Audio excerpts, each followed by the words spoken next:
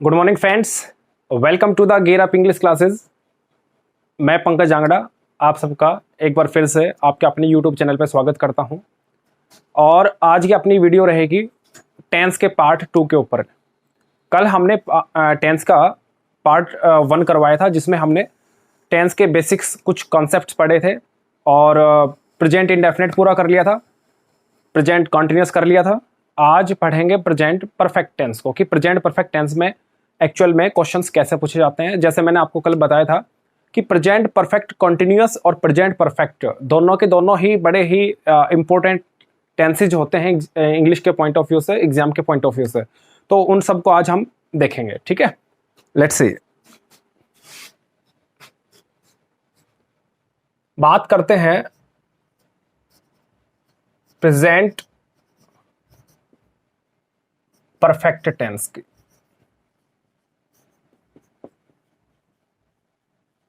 देखिए, सबसे पहले मैंने आपको बताया था कि कोई भी टेंस हो चाहे बेशक से, उस सब की हिंदी में पहचान आपको जरूर पता होना चाहिए। तो इसकी हिंदी में पहचान है चुका है, चुकी है, चुके हैं।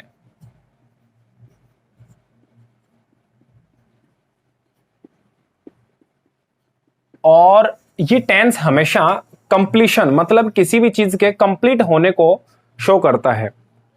तो जैसे हमने पढ़ा था कि काम परफेक्ट है, तो काम पूरा हो चुका। देखिए, कल हमने पढ़ा था कि जैसे अगर प्रेजेंट इंडेफिनिट होगा तो साइकिल कुछ इस तरीके से वर्क करेगी, काम पूरा खत्म, काम शुरू फिर खत्म, फिर शुरू फिर खत्म, फिर शुरू फिर खत्म। कॉन्टिन्यूस था तो कॉन्टिन्यूस का मैंने बताया था कि काम शुरू हो गया, लेकिन हमें नहीं पता काम खत्म कब होगा, और ये कॉन्टिन्यूटी में मोशन को शो कर रहा है। माय डियर स्टूडेंट्स, आज बात करते हैं परफेक्ट की, कि मतलब काम जो भी था वो शुरू हुआ और वो जाके यहाँ पे खत्म हो गया, मतलब काम के एक बार खत्म होने को शो करता है, बताता है। तो अब अगर आगे पढ़ते हैं तो सबसे पहले बात कर लेते हैं स्ट्रक्चर की। देखो, कोई भी टेंस हो उसका स्ट्रक्चर बड़ा ही इंपॉर्टेंट रोल प्ले करता है उस चीज को पढ़ने में। तो जो स्ट्रक्चर होगा, सबको पता है, मैंने कल बताया था कि सब्जेक्ट होता है, हर टेंस के अंदर सब्जेक्ट होता है भाई, कोई नई चीज नहीं है। सब्जेक्ट ऑब्जेक्ट बिल्कुल फिक्स होते हैं, सेंटेंस में होते ही हैं। ऑब्जेक्ट का मैंने आपको कल भी बताया था, ऑब्जेक्ट कोई जरूरी नहीं होता कि होता ही होता है। तो सब्जेक्ट आएगा, मेन होता है हेल्पिंग वर्ब। इसमें हेल्पिंग वर्ब हैज या हैव होती है, और third form of the verb आती है। ऑब्जेक्ट आए तो ठीक, ना आए तो ठीक। सेंटेंस में कोई बड़ा इशू नहीं है ऑब्जेक्ट का, तो ऑब्जेक्ट का हमें ज्यादा से कुछ लेना देना नहीं है। हमारा मेन फोकस सब्जेक्ट पे और हेल्पिंग वर्ब पे या मेन वर्ब पे होता है। माय डियर स्टूडेंट्स, जो परफेक्ट वर्ड है, इस परफेक्ट का मतलब ही होता है 100%। मतलब कोई भी काम शुरू हुआ और वो काम बिल्कुल खत्म हो चुका है, परफेक्ट हो गया, पूरा हो गया। He is perfect, my work is perfect. तो इट मीन्स कि आपका जो काम था वो 100% पूरा हो चुका है, ठीक है। और याद रखना, कोई भी काम जब परफेक्ट हो जाता है, पूरा हो जाता है, तो पूरे काम को third form of the verb show करती है। जैसे कल मैंने पढ़ा था कि कॉन्टिन्यूअस टेंसेज जो भी होते हैं उनमें वी फर्स्ट के साथ आईएनजी जरूर आता है। वर्ब की फर्स्ट फॉर्म के साथ आईएनजी का हम लोग प्रयोग करते हैं। जैसे मैंने कहा था कि कोई भी अगर टेंस आता है कॉन्टिन्यूअस, उसमें वर्ब की फर्स्ट फॉर्म के साथ आईएनजी का प्रयोग हम लोग करते हैं। इस साइड नहीं दिख रहा होगा आपको। तो आईएनजी किस चीज को शो करता है? कॉन्टिन्यूटी को। और परफेक्शन को कौन शो करेगा? Third form of the verb. बात समझ में आ गई? चलिए, बहुत बढ़िया। तो बात कर लेते हैं कि हैज और हैव कब आते हैं। बहुत सारे बच्चों को तो इसी चीज में बड़ा कंफ्यूजन रहता है कि सर हैज कब आता है, हैव कब आता है। तो माय डियर स्टूडेंट्स, अगर नहीं पता तो लिख लो, अदरवाइज ये बड़ा ही बेसिक सा कॉन्सेप्ट है। आई, वी, यू और दे, इनके साथ आपको हैव दिखाई देगा। आई, वी, यू, दे। मैंने कल क्या कहा था? आई एक्सेप्शन केस है, वी, यू, दे, ये तीनों के तीनों प्लूरल हैं। कैसे हैं ये प्लूरल हैं। और आई जो है ये एक्सेप्शन केस के अंदर आता है। बात समझ में आ गई? इसलिए इसके साथ कैसी हेल्पिंग वर्ब आई? प्लूरल। और अगर बात कर ले कि ही, शी, इट और दे, सॉरी दे नहीं, ही, शी, इट, एनी नेम, कोई भी नाम, और सिंगुलर सब्जेक्ट्स, जितने भी सिंगुलर सब्जेक्ट होंगे, सिंगुलर हमारी चीजें होंगी, उन सब के साथ हमें किसका यूज करना है, हैज का यूज करना है, हैज का। बात समझ भाई। आई वी यू दे के साथ हैव और ही शी इट अगर अपना सब्जेक्ट है तो इनके साथ हमें हैज का यूज करना है, हमें इतना याद रखना है। अब मेन बात यह है कि सर ठीक है, हैज या हैव के बाद थर्ड फॉर्म लगा देंगे, बात आपकी जायज है, मान भी ली हमने कि हैज या हैव में से हम समझ गए और इसके बाद थर्ड फॉर्म आ जाएगी। लेकिन हमें कैसे पता चलेगा कि एग्जाम के अंदर इज एम आर के बाद वर्ब की फर्स्ट फॉर्म के साथ आईएनजी जोड़ना है या फिर हैज और हैव के साथ थर्ड फॉर्म जोड़नी है, हमें कैसे पता चलेगा? तो माय डियर स्टूडेंट्स, एक बात आपको याद रखनी है। याद रखने योग्य बातें क्या है कि कोई भी सेंटेंस जिसके अंदर आपको परफेक्शन की बात हो, परफेक्शन का मतलब जैसे एक बात समझो, सपोज एक ये वर्ड है, मैंने एक एडवर्ब लिखी ऑलरेडी, ये अपनी एडवर्ब है ऑलरेडी। ये ऑलरेडी किस चीज को शो करता है, कंटिन्यूटी को या परफेक्शन को? आप खुद समझो, ऑलरेडी का मतलब क्या होता है? ऑलरेडी मींस होता है पहले से ही, पहले से का मतलब पहले ही कर लिया मैंने ये काम, मैं इस काम को ऑलरेडी कर चुका हूं, तो ऑलरेडी का मतलब वो काम पहले से ही हो चुका है, ठीक है।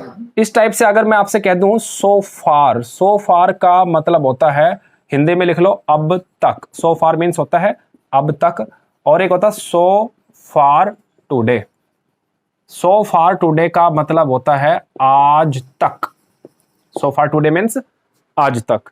ऐसे ही अगर मैं कह दूं आपसे रिसेंटली,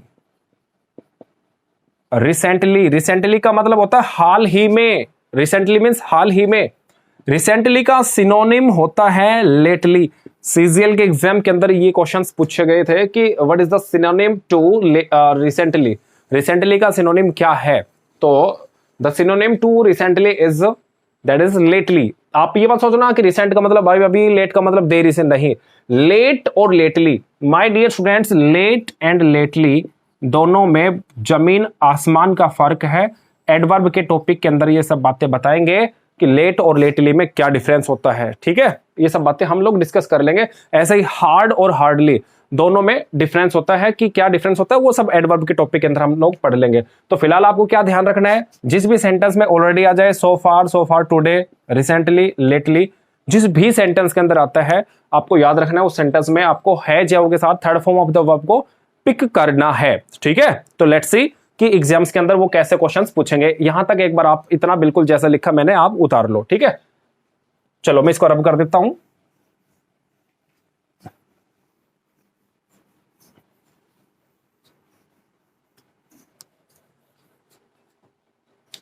देखिए माय डियर स्टूडेंट्स, अब बात कर लेते हैं एग्जाम के अंदर क्वेश्चंस कैसे पूछते हैं। जैसे मैंने कहा Deepak dash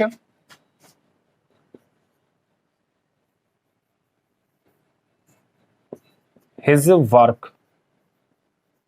my dear students, ये सेंटेंस मैंने लिखा है, बड़ा सोच समझ के मैंने सेंटेंस लिखा है। आपको ऑप्शन देता हूं। पहला ऑप्शन है डज, दूसरा ऑप्शन है इज डूइंग, थर्ड ऑप्शन है हैज डन, और फोर्थ ऑप्शन है विल डू। आपको सोच समझ के बताना इसमें कौन सा ऑप्शन फिट होगा। देखिए दीपक डैश हिज वर्क, दीपक डैश हिज वर्क।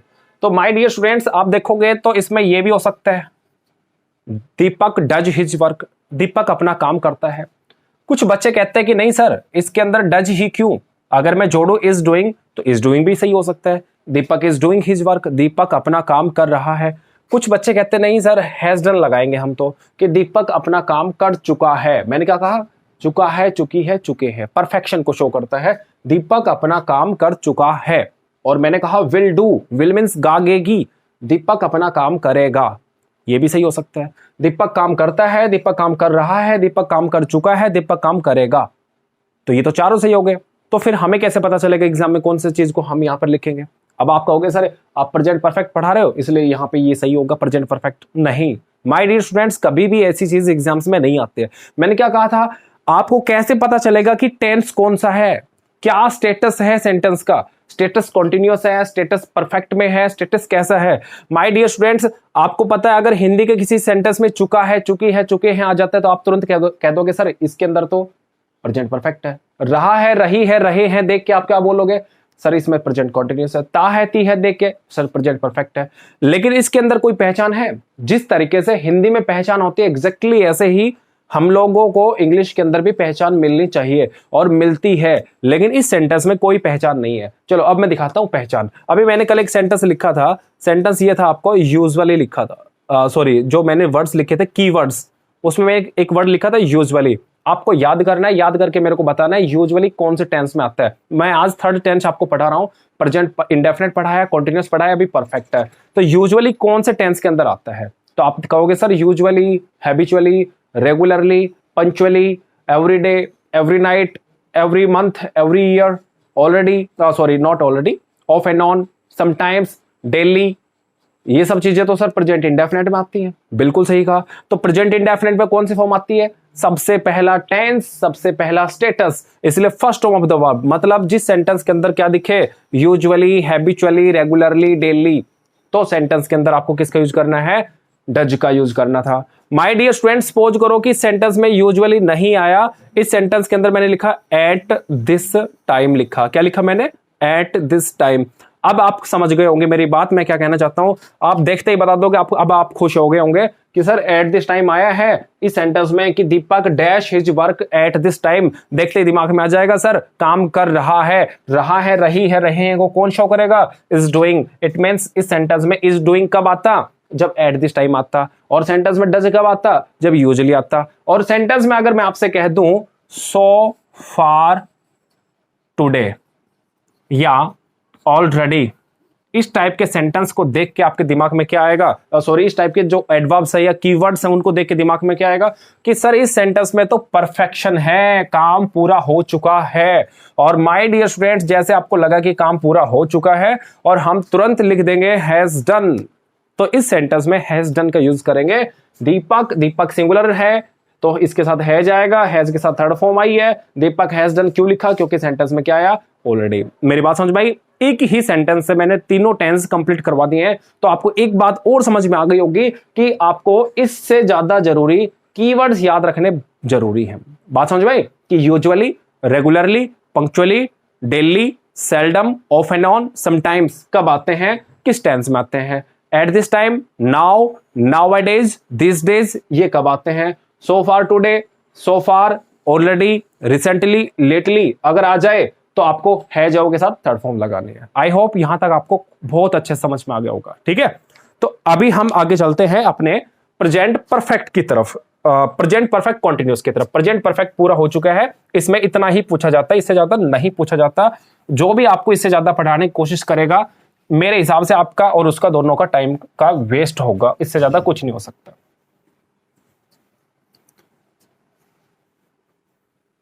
देखिए अभी जो टेंस पढ़ेंगे बहुत ज्यादा इंपॉर्टेंट टेंस है। जो टेंस होगा वो होगा प्रेजेंट परफेक्ट कॉन्टिन्यूअस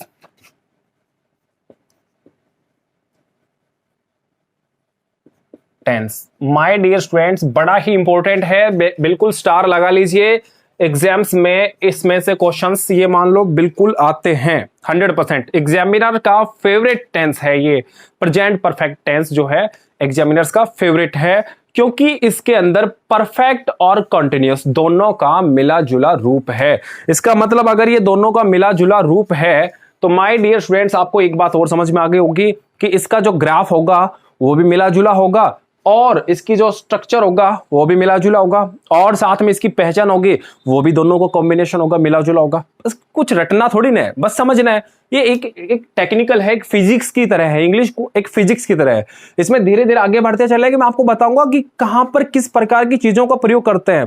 प्रेपोजिशन जो है वो सबसे, ये मान लो टेक्निकल टॉपिक है इंग्लिश का। प्रेपोजिशन, एडवर्ब, ये दोनों टॉपिक्स, एडवर्ब और प्रेपोजिशन, जिसको आ गया ये मान लो वो इंग्लिश में धुरंधर बन गया, उसको इंग्लिश में फिर कोई पीछे छोड़ने वाला है नहीं।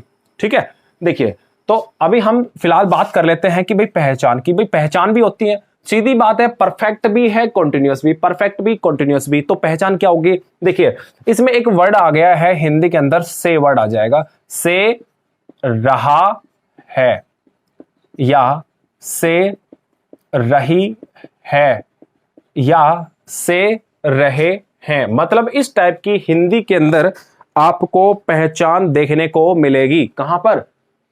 हिंदी के सेंटेंस में। से रहा है, से रही है, से रहे हैं, मतलब ये से वर्ड आ जाएगा। आपने देखा प्रेजेंट कॉन्टिन्यूअस, देखो प्रेजेंट और कॉन्टिन्यूअस ये दो टेंस, मतलब परफेक्ट मत सोचो, प्रेजेंट कॉन्टिन्यूअस सोचो। उसके अंदर हिंदी में पहचान क्या थी? रहा है, रही है, रहे हैं। लेकिन माय डियर स्टूडेंट्स, जैसे मैंने परफेक्ट जोड़ दिया तो इसमें से वर्ड एक्स्ट्रा जुड़ गया। इस से वर्ड की वजह से बहुत सारे डाउट्स हमारे माइंड में हो जाते हैं, जिसका फायदा एग्जामिनर तुरंत उठा लेता है और एग्जाम में क्वेश्चन आपके सामने पुट अप कर देता है। तो हम देख लेंगे अभी फिलहाल कौन कौन से आएंगे, लेकिन उससे पहले हम ग्राफ देख लेते हैं एक बार कि हमारा ग्राफ किस प्रकार से बनेगा। देखिए, आपको याद होगा कि प्रेजेंट इंडेफिनिट का ग्राफ मैंने कुछ इस प्रकार से बनाया था। काम शुरू, काम खत्म, काम शुरू, फिर खत्म, फिर शुरू, फिर खत्म, फिर शुरू, फिर खत्म।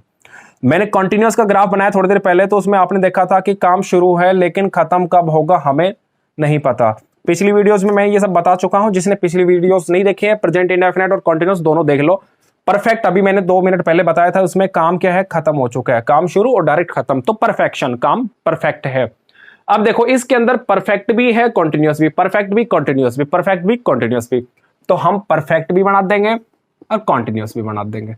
मतलब क्या हुआ, इस बात को समझो कि काम कुछ तो पूरा हो चुका और पूरा होने के बाद भी कुछ ही काम पूरा हुआ है, लेकिन फिर भी वो काम चल रहा है। मैं एग्जाम्पल के थ्रू आपको बताता हूं, वैसे जनरली समझ में आएगा नहीं। सपोज कर लो आप में से कोई दिल्ली में रह रहा है, दिल्ली में रह रहा है। मैंने पूछा आप दिल्ली में कब से रह रहे हैं? तो आपने बोला कि सर मैं 5 साल से दिल्ली में रह रहा हूं, 5 साल से दिल्ली में रह रहा हूं। या फिर सर मैं तो जन्म से दिल्ली में रह रहा हूं। या फिर सर मैं तो 1947 से दिल्ली में रह रहा हूं। सर मैं तो 10 साल से दिल्ली में रह रहा हूं। सर मैं 2010 से दिल्ली में रह रहा हूं। अलग अलग जवाब आएंगे। सपोज करो आपको रहते रहते 5 साल हो चुकी हैं, तो आपने बोला सर मैं 5 साल से दिल्ली में रह रहा हूं। तो माय डियर स्टूडेंट्स एक बात बताओ, तो आपको रहते रहते 5 साल हो चुकी हैं या नहीं हो चुकी है? आप सपोज करो किसी भी जगह पे रह रहे हो, आपको रहते रहते 2 साल हो गई है, 3 हो गई है, 4 हो गई है, 5 हो गई है, जितनी मर्जी जितनी साल हो गई है, आप अपने आप को इमेजिन कर लो। तो आप एक बात बताओ, आपको रहते रहते वहां पे सपोज करो कि 2 साल हो चुकी है, तो 2 साल हो चुकी है ना, और उसके बावजूद भी आप वहां पे रहने लग रहे हो, तो आप क्या कहोगे? मैं दिल्ली में 2 साल से, 2 साल मतलब हो चुकी, 2 साल से रह रहा हूं, मतलब परफेक्शन भी हो चुका, पार्शियल परफेक्शन हुआ है 2 साल का, उसके बावजूद भी आप दिल्ली में रह रहे हो, तो वो काम पूरा होने के बाद भी चल रहा है। तो माय डियर स्टूडेंट्स, उसके अंदर परफेक्ट कंटीन्यूअस का प्रयोग हम लोग करते हैं। समझ गए? तो यहां पर तो ये तो थे नीचे वाले ग्राफ थे पीछे वाले टेंसेस के। तो अभी हम पढ़ रहे हैं परफेक्ट कंटीन्यूअस टेंस। एक बार इसका स्ट्रक्चर देख लेते हैं, बड़ा ही इंपॉर्टेंट और बड़ा ही दिलचस्प मजेदार इसका स्ट्रक्चर है। बहुत सारे बच्चों को याद नहीं होता, भाई याद रखने योग्य कोई बात नहीं इसमें। देखो सबको पता है, ध्यान से सुनना, लिखना नहीं है। अभी एक बार सुन लो, एक बार समझो। सबको पता है सब्जेक्ट तो होता है हर सेंटेंस में, हर टेंस में सब्जेक्ट होता है, क्योंकि काम का करने वाला नहीं होगा तो सेंटेंस कैसे बनेगा? सब्जेक्ट के बाद मेन किसका जिक्र था? हेल्पिंग वर्ब का। देखो अभी देखो सब्जेक्ट में हेल्पिंग वर्ब किसके डालेंगे? पहले कौन है? परफेक्ट है, तो हेल्पिंग वर्ब पहले आती है तो परफेक्ट। परफेक्ट की हेल्पिंग वर्ब क्या पढ़ाई थोड़ी देर पहले? हैज या हैव, और उसके साथ वर्ब की कौन सी फॉर्म आती है? Third form. प्यारे बच्चों, हमने बीन एक थर्ड फॉर्म ले ली है। अभी बताता हूं बीन का क्या सिस्टम है। बीन एक थर्ड फॉर्म ले ली है। अब देखो कौन सा टेंस आ गया। देखो ये परफेक्ट हो गया पूरा, हाँ जी हो गया। ये परफेक्ट हो गया, इसका मतलब ये हुआ कि इसके बाद कंटिन्यूअस भी है। अब वर्ब की फर्स्ट फॉर्म के साथ, मेन वर्ब की फर्स्ट फॉर्म के साथ आईएनजी जोड़ दिया, और जहां पे ऑब्जेक्ट आना था ऑब्जेक्ट लिख दिया, खत्म बात। ये दो छोटी सी बात थी। क्या? परफेक्ट भी है, कंटिन्यूअस भी। परफेक्ट में क्या आता है? हैज, हैव लिख दिया। उसके बाद कौन सी फॉर्म आती है? Third form. भाई बी, वॉज, बीन, एक बी की एक फॉर्म होती है, मैं यहां पे लिखता हूं आपको।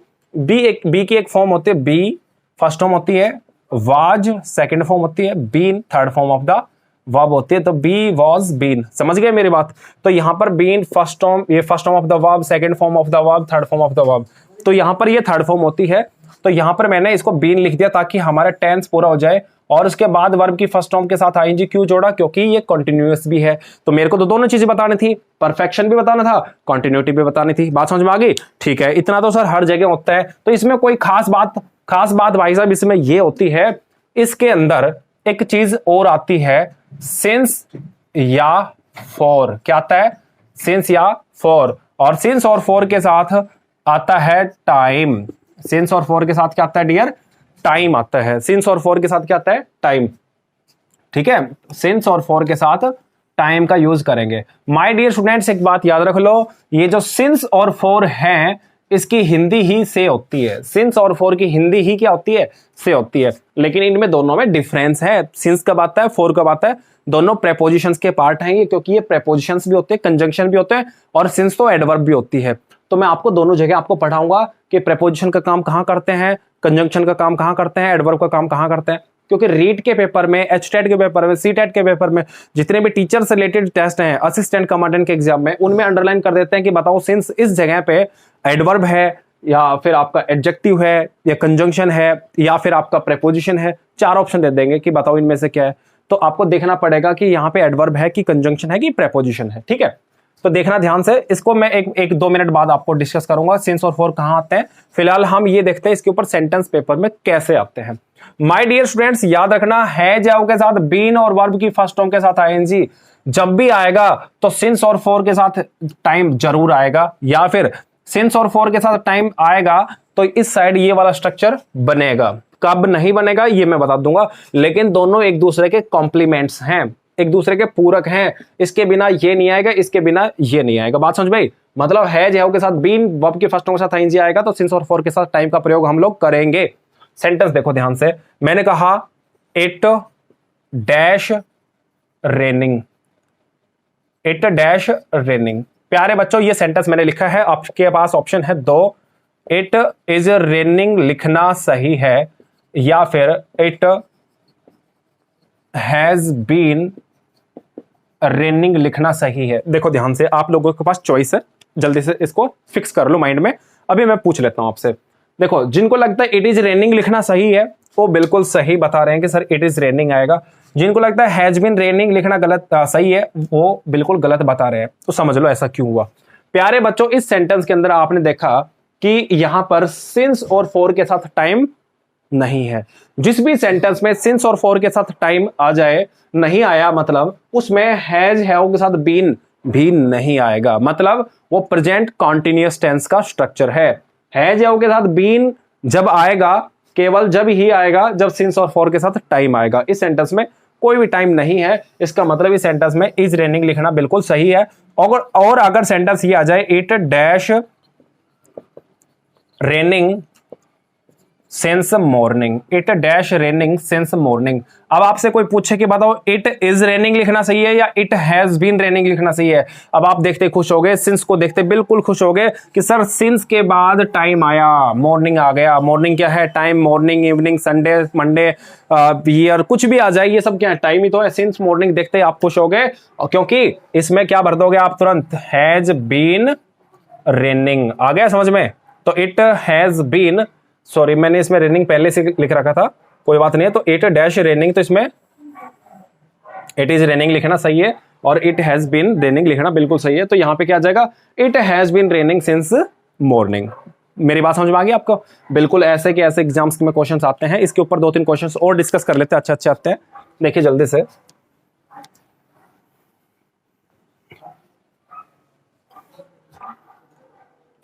देखिए मोहित has been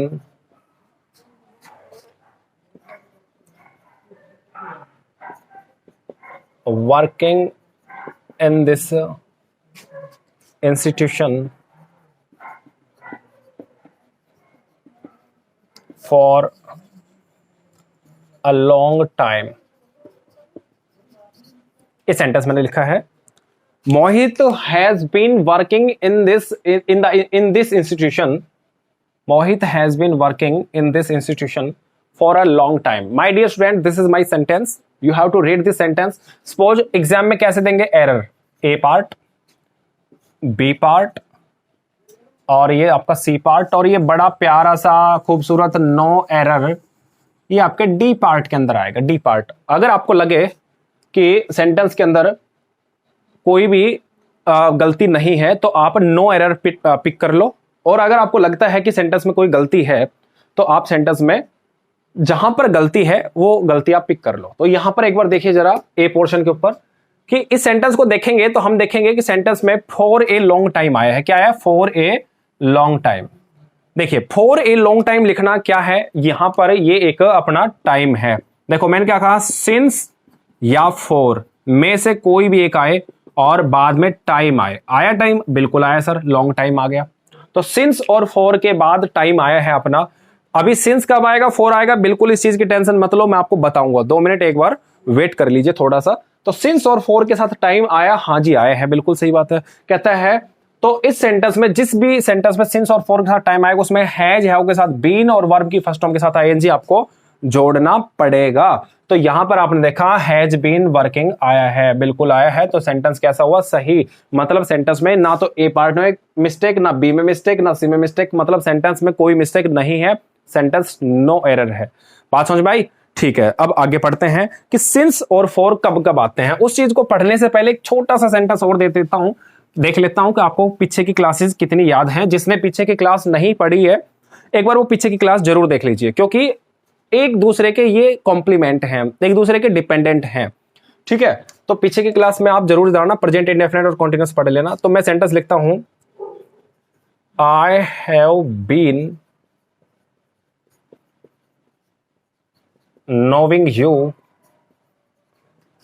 since my birth या since my childhood।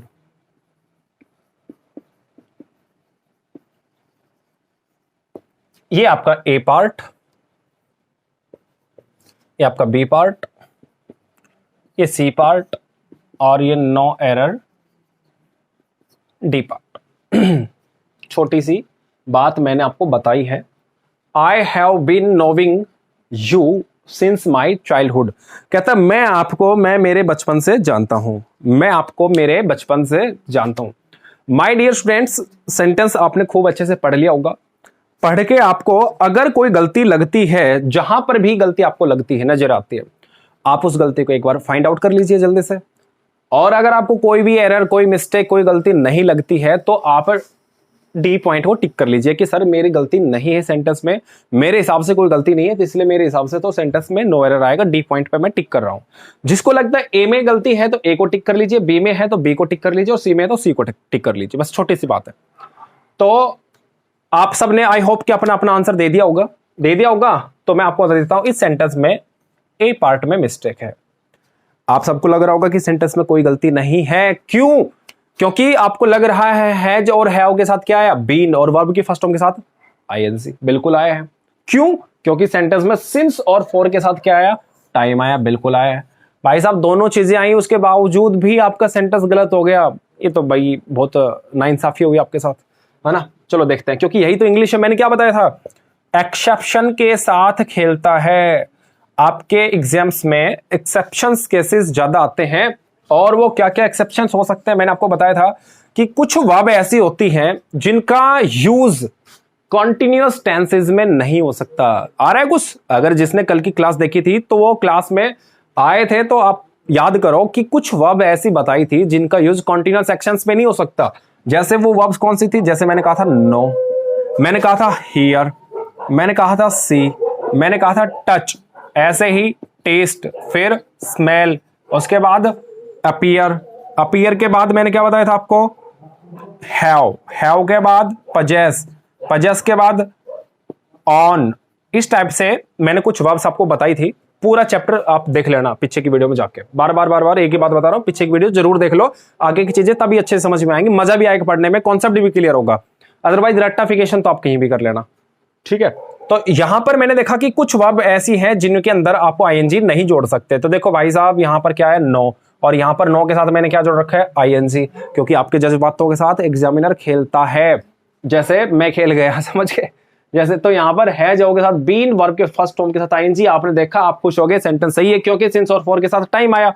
लेकिन आपको इस वाले रूल का नहीं पता था, जिसकी वजह से आपको ये वाला रूल तो पता था, ये नहीं पता था, आप सेंटेंस सही कर बैठे। माय डियर स्टूडेंट्स, आईएनजी नहीं लगाएंगे। अब सीधी बात है, आईएनजी नहीं लगाएंगे तो क्या सेंटेंस ऐसा कैसे छोड़ दे? आई हैव बीन नो, ये तो कभी कोई सेंस नहीं दे रहा, नॉनसेंस सेंटेंस बन गया। ठीक कैसे करें? आईएनजी नहीं आएगा तो बीन भी नहीं आएगा, बात समझ में आई? आईएनजी नहीं आएगा तो बीन भी नहीं आएगा, फिर हैव को क्या लेना देना? तो सेंटेंस क्या आएगा? Have non, have non. तो लिख लीजिए एक बार सेंटेंस के अंदर कि जब भी जिस वर्ब के साथ आईएनजी नहीं आता है और उस सेंटेंस में सिंस और फॉर के साथ टाइम आता है, उस सेंटेंस में प्रेजेंट परफेक्ट टेंस का प्रयोग हम लोग करते हैं। मेरी बात समझ में आई? अभी मैं इस चीज को लिखवा भी देता हूं, क्योंकि आप लोग इतने आलसी हो कि बोली हुई चीजों को लिख नहीं रहे हो बिल्कुल भी। देख लेते हैं, मैं लिख देता हूं, ठीक है, आपकी जगह। देखिए, मैंने कहा कि अगर सेंटेंस में हैज या हैव के बाद थर्ड फॉर्म आई है तो उस सेंटेंस में सिंस या फॉर के साथ टाइम का प्रयोग कर सकते हैं। सिंस और फॉर के साथ टाइम का प्रयोग कर सकते हैं, मतलब ये बात भी बिल्कुल सही है। तो हैज या हैव के साथ बीन आया है और वर्ब की फर्स्ट फॉर्म के साथ आईएनजी आया है। इसको generally first form of the verb ही बोला जाता है, वर्ब की फर्स्ट फॉर्म। हिंदी के अंदर बोल रहा हूं मैं, V1 मत बोलना, बस ये गलत होगा। V1 V2 बोलना सेंस नहीं देता सही से। हैज के साथ बीन, वर्ब की फर्स्ट फॉर्म के साथ आईएनजी आया है, उस सेंटेंस में भी हम सिंस या फॉर का यूज कर सकते हैं। ठीक है, सिंस और फॉर का यूज हम लोग कर सकते हैं। तो ये वाला स्ट्रक्चर भी सही होगा, ये वाला भी सही होगा। तो जिस सेंटेंस में आईएनजी ना लगे, मतलब कुछ वर्ब ऐसी आ जाए जिनके साथ आईएनजी ना लगे और उसने लगा के दिया है और फिर बोले कि आप सेंटेंस ठीक कर दो, तो आप उस सेंटेंस को ऐसे लिखना। ऐसा लिखने की बजाय सेंटेंस को ऐसे लिखना, मतलब प्रेजेंट परफेक्ट में लिखना है। हैज के बाद थर्ड फॉर्म किस में आती है? प्रेजेंट परफेक्ट में। और ये कब आएगा? हैज के साथ बीन, वर्ब की फर्स्ट फॉर्म के साथ आईएनजी, ये प्रेजेंट परफेक्ट कंटीन्यूअस में आएगा। तो मतलब ये सेंटेंस ऐसे लिखा जाएगा। मेरी बात समझ में आ गई? इस टाइप के सेंटेंस एग्जाम्स में बहुत आते हैं। तो आज हम अपनी वीडियो को यहीं पूर्ण विराम लगाएंगे। मैंने आपको प्रेजेंट परफेक्ट और प्रेजेंट परफेक्ट कंटीन्यूअस पढ़ा दिया है। 2 लेक्चर्स मैंने दे दिए हैं टाइम और टेंसेस को लेके। एक तो एक में आपको टेंस का बेसिक कॉन्सेप्ट बताया था, टेंसेस कैसे होते हैं, क्या डेफिनेशन होती है। उसी में प्रेजेंट इंडेफिनेट और प्रेजेंट कंटीन्यूअस दोनों का यूज किया था मैंने। आज की जो वीडियो है इसके अंदर हमने प्रेजेंट परफेक्ट और प्रेजेंट परफेक्ट कंटीन्यूअस दोनों का यूज काफी अच्छे से करना सिखाया है। छोटी छोटी चीजों को सीखते चलेंगे, एक एक लेक्चर के बाद एक एक चीजें आगे बढ़ते चलेंगे। धीरे धीरे रिदम आ जाएगा, चीजें भी खुलेंगी, माइंड भी खुलेगा और सोचने समझने की आपकी जो शक्ति है, जो पावर है, विल पावर है, वो भी काफी ब्रॉड हो जाएगी। ऐसा नहीं आप इंग्लिश नहीं सीख सकते, हर इंसान इंग्लिश सीख सकता है। बस लेक्चर को कंटिन्यूअसली सीरियसली आप देखते रहो। एक खुद के अंदर भी एक जुनून होना चाहिए कि भाई हाँ मैं ये काम कर सकता हूँ। माय डियर स्टूडेंट्स, पीछे की वीडियोस अगर आपने नहीं देखी है तो आप उसको वीडियोस को देख लीजिए। अगर आपको वीडियोज अच्छी लगती हैं तो आप लाइक बटन प्रेस कीजिए। अगर आपको हमारा चैनल अच्छा लगता है और चैनल पे और भी ढेर सारी वीडियोज आप देखना चाहते हो तो चैनल को सब्सक्राइब करना ना भूलें और बेल नोटिफिकेशन जरूर दबा दीजिए। कारण है उसके पीछे, क्योंकि नई जो वीडियो आएंगी उसका आप नोटिफिकेशन मिस कर दोगे तो फिर वो वीडियोस पड़ी रहती हैं, पीछे की पीछे चली जाती हैं, आप देख नहीं पाते हो। जो लॉकडाउन का आप फायदा उठा दीजिए। लॉकडाउन में आप लोग जो टाइम वेस्ट कर रहे हो इंस्टा पे रील्स देख के, मेमेस देख के, ये सब चीजें नॉनसेंस होती हैं। ये एक अच्छा टाइम है, एक अच्छी अपॉर्चुनिटी है और हमने ये डिसीजन लिया है सबने मिलके कि हम लोग आपका कुछ हेल्प करें आपके करियर को बनाने में। तो आई होप आप इतना समझ गए होंगे। आज के लिए इतना ही। थैंक यू वेरी मच और हमारे चैनल को सब्सक्राइब कीजिए। Thank you.